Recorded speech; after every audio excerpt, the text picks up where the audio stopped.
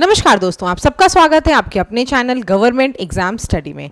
दोस्तों आज हम इस वीडियो में बात करने जा रहे हैं यूपी SSSC जूनियर असिस्टेंट की हिंदी प्रैक्टिस सेट की। जैसा कि आपको पता है हिंदी का वेटेज भी आपका अच्छा है, सबसे ज़्यादा जो नंबर आपके क्वेश्चंस आ रहे हैं वो हिंदी के ही आ रहे हैं। और जहाँ तक मैं बात करूँ तो स्कोर करना हिंदी में शायद किसी और जगह से ज़्यादा ईजी है, क्योंकि जो टॉपिक है वो जो चीज़ें हैं वो आपको आसान ढंग से आप चाहो तो कर सकते हो। बुक ऑलरेडी मैंने आपको बता रखी है, आदित्य पब्लिकेशन हो, पृथ्वीनाथ पांडे हो, कोई भी आपके स्टैंडर्ड बुक हो, वहां से आप प्रैक्टिस और पढ़ाई अपनी शुरू कर दो। यहां पर आपको मैं प्रैक्टिस कराऊंगी, आपको कमेंट सेक्शन में ज़रूर बताना है कि आपके कितने मार्क्स आते हैं। आप प्रैक्टिस सेट करते तो हो मगर अपने मार्क्स कभी भी शेयर नहीं करते, तो प्लीज़ मार्क्स को ज़रूर शेयर करो। टेलीग्राम ग्रुप का जो लिंक दिया जाएगा उससे डिस्क्रिप्शन में जब मिलेगा उसको ज़रूर ऐड कर लेना, ज़रूर ग्रुप में ऐड हो जाना। वहाँ पर ये जो प्रैक्टिस सेट होते हैं ये आपको मैं रिविज़न के लिए क्विज बोर्ड के माध्यम से क्विज भी वहाँ देती हूँ, तो आपकी यहाँ के बाद वहाँ प्रैक्टिस भी अच्छे से हो जाएगी। तो कोशिश करो कि टेलीग्राम ग्रुप को ज़रूर ज्वाइन कर लो। पीडीएफ के लिए मैं ऑलरेडी बता चुकी हूँ, जिसको भी कंप्यूटर प्लस यूपीजीके प्लस ये जो प्रैक्टिस सेट में करा रही हूँ इसकी पीडीएफ अगर आपको लेनी है तो सिर्फ आपको मामूली सा 8957215956 इस पर आपको 100 रुपीज़ का पेमेंट करना है। गूगल पे या फिर फ़ोन पे से कर दो और इसी व्हाट्सएप नंबर पे स्क्रीनशॉट शेयर कर देना। कंप्लीट पीडीएफ आपको कंप्यूटर की और आपको जो प्रैक्टिस सेट कराए जा रहे हैं प्लस यूपीजीके की भी मिल जाएगी। जो कराए जा रहे हैं इसकी पीडीएफ मिल जाएगी आपको। चलो फटाफट बताओ मुझे इसका आंसर। मूर्धन्य ध्वनियाँ कौन सी हैं? ऑप्शन देखो और मुझे बताओ। देखो दोस्तों, आपको ये पता होगा, अगर आपने अभी तक पढ़ा होगा आपको पता होगा हर जो वर्ण हम बोलते हैं उसकी अलग अलग जगह हैं। जैसे कि जो आपके वर्ण होते हैं का, खा, गा, घा, ये सब जो आपके वर्ण होते हैं का वाले कहाँ से बोले जाते हैं? कंठ से। का याद रखो कंठ। ऐसे ही अगर हम बात करें चा, छा, जा, ये वाले वर्ण कहाँ से बोले जाते हैं दोस्तों? ये आपके बोले जाते हैं तालु से। ठीक है, उसके बाद क्या आता है? ता, सॉरी गड़बड़ लिख दी मैंने, यहाँ पे टा होगा, चा छा जा के बाद टा होगा, इसको इरेज कर देते हैं हम लोग। ठीक है, उसके बाद आपका टाठा डाढ़ा होगा। चलो फिर क्या है? टा, ठा, डा, ढा, ये किससे बोले जाते हैं? बिल्कुल सही, ये आपके मूर्धा से हैं, मूर्धन्य हैं। उसके बाद क्या है आपका? ता, था, दा, धा, ये किससे बोले जाते हैं? ये आपके दंत से बोले जाते हैं, दांत से। चाहे आप बोल के देख लो, ता, था, दा, धा। उसके बाद आपका क्या आता है? उसके बाद आपका है पा, फा, बा, भा, ये किससे बोले जाएंगे? आपके ओष्ठ से बोले जाएंगे, ओठ से बोले जाएंगे। ठीक है, तो ये सारे आपको याद होने चाहिए कौन से किससे बोले जा रहे हैं। मैंने क्या क्वेश्चन पूछा है? मूर्धन्य ध्वनियां कौन सी हैं? तो कौन सी है मूर्धा से बोले जाने वाली? टा, ठा, डा, ढा। ठीक है, तो आप इसको टिक कर लोगे, 1 का आपका सी हो जाएगा। नेक्स्ट हम लोग देख लेते हैं, नेक्स्ट हमारा क्या क्वेश्चन देख लेते हैं फटाफट से। ठीक है, तो ये आप सभी को क्लियर हो गया होगा, ये मुझे मेरे ख्याल से आपको पता होगा, मैंने फिर से आपको बता दिया है। नेक्स्ट देख लो, इसके बाद क्या है? ओ, औ, ये किस प्रकार के हैं बताओ? ओ, औ किस प्रकार के? देखो ओ, औ क्या दिख रहा है आपको? ओठ, तो ओठ तो है ही, बाकी कहाँ पे वाइब्रेशन हो रही है? आपके कंठ में। तो ओ, औ किस प्रकार के वर्ण है? इसका आपका डी हो जाएगा, कंठोष्ठ है। और जिसका सही हो रहा हो प्लीज कमेंट सेक्शन में जरूर बताना, और प्रैक्टिस सेट कैसे लग रहे हैं ये भी जरूर बताना। कल मैंने आपको यूपीजीके और कंप्यूटर के एक साथ कराए थे, आज मैं आपको हिंदी का सेपरेट करा रही हूँ, क्योंकि हिंदी देखो 30 अंकों की आनी है और अच्छा खासा वेटेज, जितनी प्रैक्टिस की कर लोगे 30 नंबर वहां से सॉलिड होते चलेंगे। तो ये हम लोग सेपरेट करेंगे। यूपीजीके और कंप्यूटर कई लोगों ने बोला कि एक साथ ही करा दो, तो उसको एक साथ ही कराते रहेंगे। ठीक है, चलो नेक्स्ट देख लेते हैं हम लोग। किस क्रमांक में मूर्धन्य व्यंजन है? अभी मैंने आपको बताया मूर्धन्य कौन सा था, बिल्कुल सही, टा, ठा, डा, ढा कौन सा है आपका? मूर्धन्य है, यानी कि इसका क्या हो जाएगा? डी हो जाएगा। पा वाला किससे है? पा, फा, बा किससे आ रहा? ओठ से, तो पा किससे हो जाएगा आपका? ओष्ठ से। वही जब ऑप्शन किया करो ना तो बगल में इसको जरूर रिवीजन की तरह जो चीजें पता है उसको खुद से लिखा करो। अभी तो यहाँ मूर्धा पूछिए, खुद से कॉपी में जब करो तो पा को लिखो ओष्ठ। खा किससे आता है? कंठ से। का वर्ग आपका किससे आता है? का, खा, गा कंठ से। चा किससे आता है? तालु से आता है। चा, छा, जा, झा। ठीक है, तो आपका 3 का डी हो जाएगा। नेक्स्ट देख लो, किस क्रम में अल्प प्राण ध्वनि है। देखो दो चीजें होती हैं, अल्प प्राण होता है और क्या होता है, महाप्राण। अल्प प्राण यानी कि जब वायु कम निकलती है उसे हम बोलते हैं, थोड़ी सी वायु निकलने को अल्प प्राण बोलते हो, ज्यादा वायु निकलती है उसे हम महाप्राण बोलते हैं। अब आप खुद से देखो, क ख ग घ अंगा, इसमें देखो कहां पर वायु कम निकल रही है, का में क्या हुई, थोड़ी सी वायु निकली, तो का। खा में क्या हुआ, ज्यादा आपने वायु निकाली, तो खा आपका क्या है, महाप्राण। ग ये भी आपका अल्प प्राण, घा आपका क्या है, महाप्राण।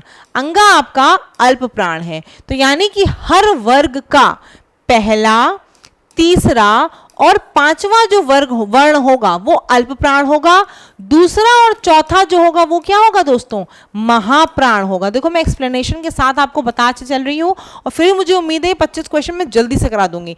लाइव देखो मैं इसीलिए नहीं लेती हूँ, मुझे पता है लाइव में इसको समझाऊंगी, 10 लोग कुछ ऑब्जेक्शन करोगे, मुझे उसका भी आंसर देना पड़ेगा और उससे क्या होगा, टाइम तो अच्छा खासा बढ़ जाएगा, 1 घंटे का समय व्यतीत हो जाएगा, लेकिन आपका टाइम वेस्ट बहुत होगा। इसीलिए यहाँ पे एक्सप्लेनेशन के साथ बताती चल रही हूँ। तो किस क्रम में अल्प प्राण समझ में आ गया, हर वर्ग के पहले, तीसरे, पांचवें में आपका अल्प प्राण होता है और दूसरे, चौथे में क्या है, महाप्राण। अब यहां पे देख लो कौन सा है, फा आपका दूसरा हो गया, तो ये तो क्या है, महाप्राण है, ये वाला ऑप्शन नहीं होगा। ठा भी क्या है आपका दूसरा है, तो इसको भी कर दो क्रॉस, क्योंकि ये भी क्या हो जाएगा, महाप्राण। खा भी क्या है, दूसरा है, तो ये भी क्या है, महाप्राण। कौन सा बचा, का। देखो का क्या है हमारा, का हमारा पहला है और ला क्या है हमारा, या रा ला, ला क्या है तीसरे पे आता है, तो ये वाला क्या हो जाएगा, यही आपका ऑप्शन सही है। ये कौन सा है, अल्प प्राण ध्वनि है। क्लियर। नेक्स्ट देख लो, किस क्रम में ऊष्म व्यंजन नहीं है पूछा जा रहा है। तो ऊष्म व्यंजन किसमें नहीं है बताओ। देखो आपको पता है शा, सा, शा, हा, ये चारों आपको क्या होते हैं, ये चारों आपके ऊष्म व्यंजन होते हैं। ठीक है, ये चारों क्या है, आपके ऊष्म व्यंजन हैं। अब अगर हम बात कर लें या, रा, ला और वा, ये क्या है आपके, ये आपके अंतस्थ व्यंजन है। कौन से व्यंजन है, अंतस्थ व्यंजन है। तो यहाँ पे देखो शा, सा तो है, कौन सा बचा, बिल्कुल सही, या वाला जो ऑप्शन है ये आपका सही हो जाएगा, क्योंकि ये आपका ऊष्म व्यंजन नहीं होता है। क्लियर। नेक्स्ट देख लो, का वर्ण उच्चारण की दृष्टि से क्या है। मैंने आपको बताया का वर्ण जो होता है उच्चारण की दृष्टि से क्या है, का यानी कि आपको याद रखना है कंठ है, तो 6 का क्या हो जाएगा, 6 का आपका बी हो जाएगा। नेक्स्ट देख लो, इसके बाद निम्नलिखित में से कौन सा वर्ण सघोष है। देखो घोष अघोष में भी आपके 2 होते हैं, एक होता है आपका अघोष और एक कौन सा है आपका सघोष है। ठीक है, 2 होते हैं, अघोष और सघोष, और ये बहुत इंपॉर्टेंट है। लास्ट टाइम अगर देखोगे यूपी SSS आपके 2021 में तो आया ही था, प्लस उसके पहले भी जितने भी एग्जाम हुए जूनियर असिस्टेंट के, अघोष, सघोष, अल्प प्राण, महाप्राण, अंत्यस्थ व्यंजन, कितने व्यंजन होते हैं, कितने स्वर होते हैं, ये सब कई बार पूछे गए। तो ये इंपॉर्टेंट चीज़ें, इस चैप्टर को जरूर पढ़ लेना। मैंने देखना जब आपको टारगेट देती थी वहां भी ये बताया हुआ है इसको करने के लिए, तो जरूर कर लेना। अघोष कौन से होते हैं दोस्तों, हर वर्ग का पहला और दूसरा जो शब्द जो वर्ण होता है वो आपका क्या है, अघोष है। तीसरा, चौथा और पांचवा क्या होता है, सघोष। सपोज करो का वर्ण की हम बात करते हैं तो का और खा, ये क्या है आपका अघोष है। गा, घा, अंगा, ये क्या है आपका सघोष। तो बताओ यहां से देखकर आप कौन सा वर्ण सघोष है। पा पहला है तो ये क्या हो जाएगा, पहला है यानी कि ये तो अघोष हो जाएगा। टा भी आपका पहला है तो ये भी क्या हो जाएगा, आपका अघोष हो जाएगा। उसके बाद दा, ता, था, दा, दा आपका क्या हो जाएगा दोस्तों, दा आपका सघोष हो जाएगा, क्योंकि ये क्या है, तीसरा है। ता, था, दा तीसरे पे आ रहा है ना, तो दा क्या हो जाएगा आपका सघोष हो जाएगा। था अगेन आपका क्या है, दूसरा शब्द है। ता, था, तो ये भी क्या हो जाएगा, अघोष। समझ में आ गया। हर वर्ग का पहला, दूसरा जो शब्द होगा आपका वर्ण होगा वो अघोष होगा, तीसरा, चौथा, पांचवा क्या होगा, सघोष होगा। तो बस आसान सा है, मुझे लगता नहीं कि अभी तक आपको अगर नहीं भी पढ़ा होगा, अल्पप्राण, महाप्राण, अघोष, सघोष अच्छे समझ में आ गया होगा। अगर नहीं आया हो तो बता दो, मैं एक बार फिर से आपको बता दूंगी अभी, ठीक है। कमेंट सेक्शन में बताना अगर समझ में नहीं आया, दोबारा से वीडियो को रिपीट करके देख लेना तो समझ में आपको अच्छे से आ जाएगा। कंठ से क्या बोला जा रहा है, मूर्धा से, दंत से, ओष्ठ से, सब बता दिया आपको। हिंदी वर्णमाला में स्वरों की संख्या कितनी है, तो बताओ मुझे हिंदी वर्णमाला में स्वरों की संख्या कितनी होती है। बहुत बढ़िया, 8 का आपका सी होगा 11। कितनी होती है हिंदी वर्णमाला में स्वरों की संख्या दोस्तों, 11 होती है। 8 का सी हो जाएगा, सभी का सी है तो बहुत बढ़िया है। कमेंट सेक्शन में प्लीज रिक्वेस्ट कर रही हूँ, आप लोग जरूर बताना कि आपके कितना नंबर आ रहे हैं। छा वर्ण किसके योग से बना है, किसके योग से बना है छा वर्ण, संयुक्त अक्षर होता है, आपको पता है। कुछ आपके संयुक्त अक्षर होते हैं, छा, त्रा, ज्ञा, ये सब क्या है, श्रा, ये सब क्या है आपके संयुक्त अक्षर बोलते हैं इनको, संयुक्त अक्षर। छा, त्रा, ज्ञा और श्रा, ये सारे क्या हैं आपके संयुक्त अक्षर बोलते हैं। संयुक्त अक्षर होते हैं, दो चीजों को मिला के बनाए जाते हैं। तो बताओ इसमें शा वर्ण किससे बन रहा है, बिल्कुल सही 9 का ए है, का और शा मिलाकर आपका छा बन रहा है, ठीक है। चलो नेक्स्ट देख लेते हैं। वर्ण किसे कहते हैं, बताओ इसमें से वर्ण किसे कहा जाता है। वर्ण क्या चीज होती है, अ, आ, ई, ई, ये क्या है, सब आपके वर्ण हैं। तो वर्ण जो होते हैं किसको कहते हो, बिल्कुल सही, यहाँ पे एक ध्वनि होती है। वर्ण क्या है आपकी, ध्वनि होती है। शब्द तो नहीं होते, शब्द तो आप जब वर्णों को मिलाते हो तो शब्द होता है, छंद भी नहीं होता है। वर्ण क्या है, वर्ण आपकी एक ध्वनि है। ये सब चीजें अच्छे समझते चलो, क्वेश्चन के पॉइंट ऑफ व्यू से बहुत इंपॉर्टेंट है, और ये आपको इतना पता भी चल रहा हो कि हाँ सारे क्वेश्चन बहुत इंपॉर्टेंट है। तो 10 का ए होगा, जिसका सही होगा, बहुत बढ़िया है। अनुनासिक व्यंजन कौन से होते हैं, या फिर इनको आप नासिक के व्यंजन भी कहते हो। अनुनासिक या फिर नासिक के व्यंजन ये कौन से होते हैं, देखो दोस्तों आपको पता है, अंगा की बिंदी लगाते हो आप, चंद बिंदी से लगाते हो, गांव, कुछ भी और याद नहीं आ रहा मुझे, चांद, आंख, ये सब क्या अनुनासिक, जहां पे चंद्र बिंदु लगती है। वर्ग के जो भी आपके पंचम अक्षर होते हैं, वर्ग का जो भी पंचम अक्षर जैसे का, खा, गा, घा, अंगा, चा, छा, जा, झा, इया, तो जो लास्ट वाला आपका अक्षर होता है वो क्या होते हैं, अनुनासिक व्यंजन होते हैं। तो क्या हो जाएगा इसका, 11 का आपका डी हो जाएगा। वर्ग के पंचम अक्षर को आप अनुनासिक व्यंजन बोलते हो। नेक्स्ट देख लो इसके बाद, निम्नांकित में महाप्राण कौन सा है, मैं ऑलरेडी बता चुकी हूं। अल्प प्राण कौन से हैं, महाप्राण कौन से हैं, बताना मुझे कौन से होते हैं। महाप्राण आपका दूसरा और चौथा होता है, पहला, तीसरा, पांचवा वर्ण जो होता है वो क्या होता है, अल्प प्राण होता है, ठीक है। चलो अब ऑप्शन में देख के फटाफट बताओ, मैंने बता दिया कौन सा होगा, बताओ। बिल्कुल सही, देखो या रा, तो ये क्या हो गया आपका, ये तो महाप्राण हो गया। ला, ला कहाँ पे आता है बताओ, या रा ला, तीसरा, तो ये तो आपका क्या है, अल्प प्राण है। या रा ला वा, या रा ला वा, ये भी क्या है आपका महाप्राण वर्ग है। फिर उसके बाद क्या है, शा, सा, हा, ये कुछ कंफ्यूजन है इसमें, मुझे ऐसा लग रहा है कुछ कंफ्यूजन है इस क्वेश्चन में। एक मिनट में देख लो, कुछ कंफ्यूजन है इस क्वेश्चन में। हाँ देखो यहाँ पे यही कंफ्यूजन थी, कंफ्यूजन क्या है देख लो। अभी तक मैंने जो आपको बताया था 1, 3, 5 और 2, 4 ये हर जगह के लिए वैलिड है। यहाँ पर एक्सेप्शन वाली चीज है, एक्सेप्शन वाली चीज देखो क्या है यहाँ पर दोस्तों, या, रा, ला, वा, ये चारों क्या हैं आपके, ये चारों आपके दोस्तों अल्प प्राण है। ध्यान रखना यहां पर पहला तीसरा वाला कॉन्सेप्ट नहीं लगता है, या, रा, ला, वा, सब में क्या है, अल्प प्राण है। महाप्राण कौन सा होगा, शा, सा, शा, शा, हा, ये चारों क्या है आपको, ये चारों आपके महाप्राण हैं। क्लियर। तो यहाँ पे अगर आपने पा, फा, बा, भा सब जगह जो मैंने बात बताई वही चलेगी कि पहला, तीसरा, पांचवा आपका अल्प प्राण है, दूसरा और चौथा आपका महाप्राण है। लेकिन या, रा, ला, वा में अगर बात करें तो रा, ला, वा सब क्या है आपके अल्प प्राण है। महाप्राण में कौन सा है, सा, शा, शा, हा, ये चारों आपके क्या है महाप्राण। तो इसका आंसर क्या हो जाएगा, 12 का आपका डी हो जाएगा। क्लियर। कंफ्यूज मत रहना, ऐसे मैं अभी कंफ्यूज हो गई ऐसे मत रहना। या, रा, ला, वा अल्प प्राण है, शा, सा, शा, हा आपका महाप्राण है। क्लियर है। चलो नेक्स्ट देख लो उसके बाद, गुण संधि का उदाहरण कौन सा है? बताओ मुझे इसमें से गुण संधि का उदाहरण क्या है? देखो संधि समास वगैरह सब पढ़ना है, इसमें छोड़ना कुछ नहीं है और बहुत आसान से अगर आप बार बार पढ़ के प्रैक्टिस करते रहोगे ना तो नंबर लाना हिंदी में तो बिल्कुल डिफिकल्ट नहीं है। बाकी मैं कह सकती हूँ पेपर कुछ भी बन जाए, आप नहीं कर सकते हो सकता है, लेकिन यहाँ पेपर कुछ बनाए आप कर लोगे। गुण संधि का उदाहरण इसमें कौन सा है? बिल्कुल सही 13 का ए है आपका महर्षि। महर्षि क्या है आपका? गुण संधि का उदाहरण है, जिसका सही हो बहुत बढ़िया है। देख लो, जब भी छोटा आ या बड़ा आ के साथ छोटी बड़ी लगे तो क्या बन जाता है? ए। देखो यहाँ पे आ प्लस ई क्या बना? नरेश। तो ये क्या है? आपकी गुण संधि है। छोटा बड़ा आ के साथ छोटा ओ बड़ा ओ लगाओ तो क्या बन जाए? ओ बन जाए। जैसे अतिशय प्लस उक्ति, आ प्लस उक्ति क्या हो गया? ओ लग गया, अतिशयोक्ति। ये भी आपकी क्या है? गुण संधि है। छोटा बड़ा के साथ अगर आपने री लगा दिया तो अर बन जाता, जो हमने पूछा था। महा आ प्लस ऋषि क्या बन गया? अर बन गया, महर्षि। तो क्या हो जाएगा आपका? ये भी गुण संधि है। तो आई होप क्लियर हो गया होगा आपको गुण संधि। सारी संधियां प्लीज पढ़ते चलना, मैं जितनी आती चलेंगी उनको समझाती चलूंगी।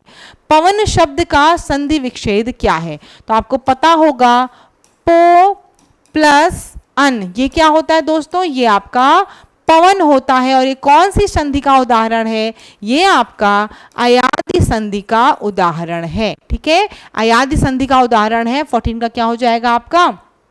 सी हो जाएगा। नेक्स्ट देख लेते हैं इसके बाद, एकैक में कौन सी संधि है? बताओ एकैक में कौन सी संधि है? तो बिल्कुल सही, जिसका भी आंसर इसमें ए है वृद्धि संधि, उसका बिल्कुल सही आंसर है। एकैक में कौन सी संधि है? वृद्धि संधि है। जब भी बढ़ोतरी होगी तो हमेशा क्या होगी? एकैक होगी, वृद्धि संधि होगी। इसका भी एक्सप्लेनेशन देख लो, जब भी आपका छोटा बड़ा के साथ क्या लगे? ए और ए लगे और हमेशा क्या हो जाए? ए ही हो जाए। यानी आप ए ऐड करो या फिर ए ऐड करो, मिले क्या? हमेशा आपको ए मिले, बढ़ी हुई चीज मिले, वो क्या हो जाएगी? आपकी वृद्धि संधि। इसी तरह से अगर छोटा बड़ा के साथ ओ ऐड करो तो क्या मिले? औ मिले, तो क्या होगी? ये भी वृद्धि संधि। देखो मैंने उदाहरण में लिखा है बड़ा आ प्लस ए है तो क्या मिला आपको? ए मिल गया। सदा प्लस एव क्या मिला? सदैव। ठीक है, वही चीज यहाँ पे आपसे क्वेश्चन ने पूछी थी। एकैक, ए की मात्रा है यानी कि क्या होगा? वृद्धि संधि होगा। क्लियर? 15 का ए हो जाएगा। नेक्स्ट देख लो इसके बाद, निम्नलिखित में से किस शब्द में गुण संधि है? मैंने अभी आपको क्या बताया, गुण संधि में क्या होता है? जब आप a प्लस ई ऐड करते हो तो क्या मिल जाता है आपको दोस्तों? बिल्कुल सही, आपको सॉरी आ प्लस ई ऐड करते हो, बड़ा आ या छोटा आ कुछ भी, तो क्या मिलता है आपको? ए की मात्रा मिलती है, वो क्या हो जाता है? आपका गुण संधि होता है। तो गुण संधि किस में दिख रहा है? बिल्कुल आपको दिख रहा है देवेंद्र में, यानी कि 16 का आपका डी हो जाएगा। क्लियर? नेक्स्ट देख लेते हैं इसके बाद, गमन शब्द को विपरीतार्थक बनाने के लिए आप किस उपसर्ग का प्रयोग करेंगे? गमन का मतलब क्या होता है? जाना। तो क्या ऐड करें हम उसमें? बिल्कुल सही, उसमें आप ऐड कर दो आ, यानी कि आगमन। आगमन का मतलब क्या हुआ? उसका आगमन हुआ यानी आना हुआ। तो 17 का बी, आप गमन में आ ऐड कर दोगे तो क्या हो जाएगा? वो विपरीतार्थक शब्द बन जाएगा। क्लियर है? तो 17 का बी आपका आंसर है, जिसका आ रहा हो बहुत बढ़िया है। नेक्स्ट देखो, इनमें से किस शब्द में परा उपसर्ग है? उपसर्ग आपको पता है कहाँ ऐड होता है? आगे। प्रत्यय कहाँ होता है? जो पीछे जुड़ता है। जो भी शब्द के आगे जुड़ता है वो उपसर्ग होता है, जो शब्द के पीछे जुड़ता है वो क्या होता है? आपका प्रत्यय होता है। मुझे बताओ इसमें क्या है? परा उपसर्ग कौन सा है? किसमें परा उपसर्ग ऐड हुआ है? बताना मुझे। बिल्कुल सही, इसका क्या होगा दोस्तों? इसका आपका ए होगा पराकाष्ठा। क्या होगा? किस शब्द में परा उपसर्ग है? पराकाष्ठा। 18 का क्या हो जाएगा? 18 का बहुत बढ़िया आपका ए हो जाएगा। परा उपसर्ग कौन सा है? पराकाष्ठा। ठीक है, तो इसका समझ में आ गया होगा, ए है इसका आंसर आपका। परा उपसर्ग इसी में है, बाकी किसी में नहीं है। नेक्स्ट देख लो, लेखक शब्द के अंत में कौन सा प्रत्यय जुड़ा हुआ? प्रत्यय मतलब आखिरी में कौन सा जुड़ा है? बताओ इसमें से। लेखक का तो नहीं जुड़ा है, इक भी नहीं जुड़ा है, आक भी नहीं जुड़ा है, जुड़ा क्या है? डी, अक प्रत्यय। अक प्रत्यय आपने जोड़ दिया तो क्या बन गया? लेख में आपने अक जोड़ा तो लेखक। ठीक है, 19 का क्या हो जाएगा आपका डी हो जाएगा। नेक्स्ट देख लो, पूजनीय शब्द में कौन सा प्रत्यय है, इसमें बताओ कौन सा प्रत्यय है आपका पूजनीय शब्द में, ऑप्शन देख लो, आंसर बताओ मुझे। पूजनीय शब्द में कौन सा प्रत्यय है दोस्तों, तो पूजनीय शब्द में आपका ईय नहीं है, नीय नहीं है, या नहीं है, क्या है अनीय। 20 का क्या हो जाएगा, 20 का आपका सी है। जिसका भी आंसर सही हो रहा हो प्लीज कमेंट सेक्शन में जरूर बताना। तो पूजनीय शब्द में कौन सा प्रत्यय है आपका अनीय है। और टेलीग्राम पे ज्वाइन कर लो, वहां पर ये क्वेश्चंस जो आपको मैं कराती हूँ इनको यहाँ वहाँ पर एक दो दिन में आपको क्विज के माध्यम से दूंगी, तो आपको वहाँ पे और अच्छे से प्रैक्टिस हो जाएगी कि कितनी चीज़ें आपको वीडियो के थ्रू याद रह रही है। 20 का सी हो जाएगा। और ये पीडीएफ तो आपको मैंने बताया ही, लेने का तरीका क्या है, ये सारी जो मैं चीज़ें करा रही हूँ आपको पीडीएफ के फॉर्म में देती रहूंगी। नील गाय में कौन सा समास है, अब देखो मैं समझाऊंगी नहीं, समास वगैरह समझाने में बहुत समय लगेगा। अगर आपको दिक्कत है तो आप मुझे कमेंट सेक्शन में बताओ, मैं एक अलग से डिफरेंट क्लास लेके आपकी समास की संधि की पूरी क्लास लेकर आ जाऊंगी। और अगर आपको आता है तो बहुत बढ़िया है, नहीं आता है तो बुक से आप पढ़ो, नहीं आए तो फिर कमेंट सेक्शन में बताना, मैं पढ़ाऊंगी। नील गाय में कौन सा समास है बताओ, नीली हो गाय, नीली जो हो गाय उसको क्या बोलेंगे नील गाय। तो इसका आंसर क्या होगा, इसका आंसर आपका कर्मधारय होगा, इसमें कर्मधारय ही होगा, कोई और ऑप्शन दिख भी नहीं रहा आपको। तो 21 का क्या हो जाएगा डी हो जाएगा। नेक्स्ट देख लो, पाठशाला में, पाठशाला में कौन सा समास है, पाठशाला को अगर तोड़ोगे तो क्या आएगा, पाठ के लिए शाला, उसे क्या बोलते हो आप, पाठ के लिए शाला। तो कौन सा समास होगा इसमें, बिल्कुल सही तत्पुरुष समास होगा। 22 का क्या हो जाएगा ए हो जाएगा तत्पुरुष समास, पाठशाला में पाठ के लिए शाला तत्पुरुष समास। नेक्स्ट देख लेते हैं इसके बाद, निम्नलिखित में से किस विकल्प में सभी शब्द भाववाचक संज्ञाएं हैं। देखो इसमें से बताओ, राधे श्याम आ रहा है तो ये तो भाववाचक नहीं ही होगा, अकेलापन वृक्ष आ जा रहा है ये भी नहीं होगा, गाय आ जा रहा है ये भी आपका भाववाचक नहीं होगा। एक भी चीज अगर आपको दिख जाए जो भाववाचक नहीं है तो आप क्या कर दोगे, उसको तो क्रॉस कर ही दोगे। तो कौन सा बचा ऑप्शन हमारे पास, सिर्फ सी, आय साधना ऊंचाई, ये क्या है आपकी भाववाचक संज्ञाएं हैं। ठीक है, 23 का सी ऑप्शन हो जाएगा। नेक्स्ट देख लो इसके बाद, सत्य बोलो परंतु कटु सत्य ना बोलो, ये किस प्रकार का वाक्य है। देखो पेपर जो मैंने बनाया है कोशिश की कि सब टॉपिक की कुछ कुछ चीजें आपको समझाती हुई चलूं, अगर आपको समझ में आ जाए बहुत बढ़िया, नहीं आता है तो इसका मतलब उस टॉपिक को अभी और अच्छे से पढ़ना, बुक आप सभी के पास है, उस टॉपिक को और अच्छे से पढ़ो, उसकी और अच्छे से प्रैक्टिस करो। फिर भी कोई क्वेरी रह जा रही है, आपको लग रहा कि नहीं हो पा रहा है, तो मुझे कमेंट सेक्शन में बताओ, वो टॉपिक पर्टिकुलर टॉपिक में यहाँ पर आपके लिए लेकर आ जाऊंगी। ठीक है, अगर आपको मेरा समझाना समझ में आता है तो।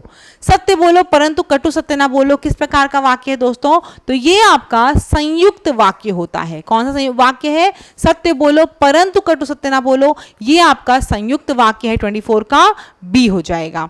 नेक्स्ट देख लो 25 क्या है, इनमें से अर्ध विराम का सूचक चिन्ह कौन सा है। तो ये देखो क्या है आपका, ये जो कॉमा होता है ये आपका अल्प विराम होता है। ठीक है, अल्प विराम, ठीक, ये आपको पता ही है क्या होता है, आपका विस्मयादिबोधक चिन्ह है। अर्ध विराम कैसे लगता है, ऐसे लगता है, ये आपका अर्ध विराम का चिन्ह है, यानी यहाँ पे क्या हो जाएगा, डी ऑप्शन हो जाएगा, ये आपका अर्ध विराम का चिन्ह है। तो क्लास कैसी लगी और आपके नंबर कितने आए जरूर बताना। पीडीएफ के लिए आपको मैं बता रखी हूँ, जिसको भी पीडीएफ चाहिए हो ये ले सकता है, ये सारी पीडीएफ आपको जो प्रैक्टिस सेट करा रही हूँ वो भी, और टेलीग्राम ग्रुप से तो जरूर जुड़ जाना। ये सब चीज़ें मैं आपको क्विज के माध्यम से कराऊंगी, वो वहीं पर सब चीज़ें आपको मिलेंगी, इसलिए वहाँ से जुड़ जाना। कोई क्वेरी हो, कोई टॉपिक में इशू है, आपको लगता है कि मैं समझाती हूँ और आपको समझ में आता है, तो प्लीज़ कमेंट सेक्शन में ज़रूर बताना। और एक ही रिक्वेस्ट आपसे हमेशा करती हूँ, वो ये है कि दोस्तों इसको अपने फ्रेंड्स के साथ शेयर ज़रूर किया करो, वीडियो को लाइक ज़रूर किया करो। इसीलिए मैं लाइव नहीं लेकर आती हूँ, क्योंकि लाइव में सिर्फ टाइम वेस्ट होता है। छोटी छोटी क्लासेज ऐसे इंपॉर्टेंट क्वेश्चन आपके लेकर आती है, समझाने के साथ फटाफट खत्म करने की कोशिश करती हूँ। 20-30 मिनट दोगे, आपकी पूरी प्रैक्टिस काफ़ी हद तक हो जाएगी। चैनल को सब्सक्राइब करने के लिए धन्यवाद, नहीं किया है तो ज़रूर कर लीजिएगा, अपने दोस्तों के साथ शेयर भी कर दीजिएगा।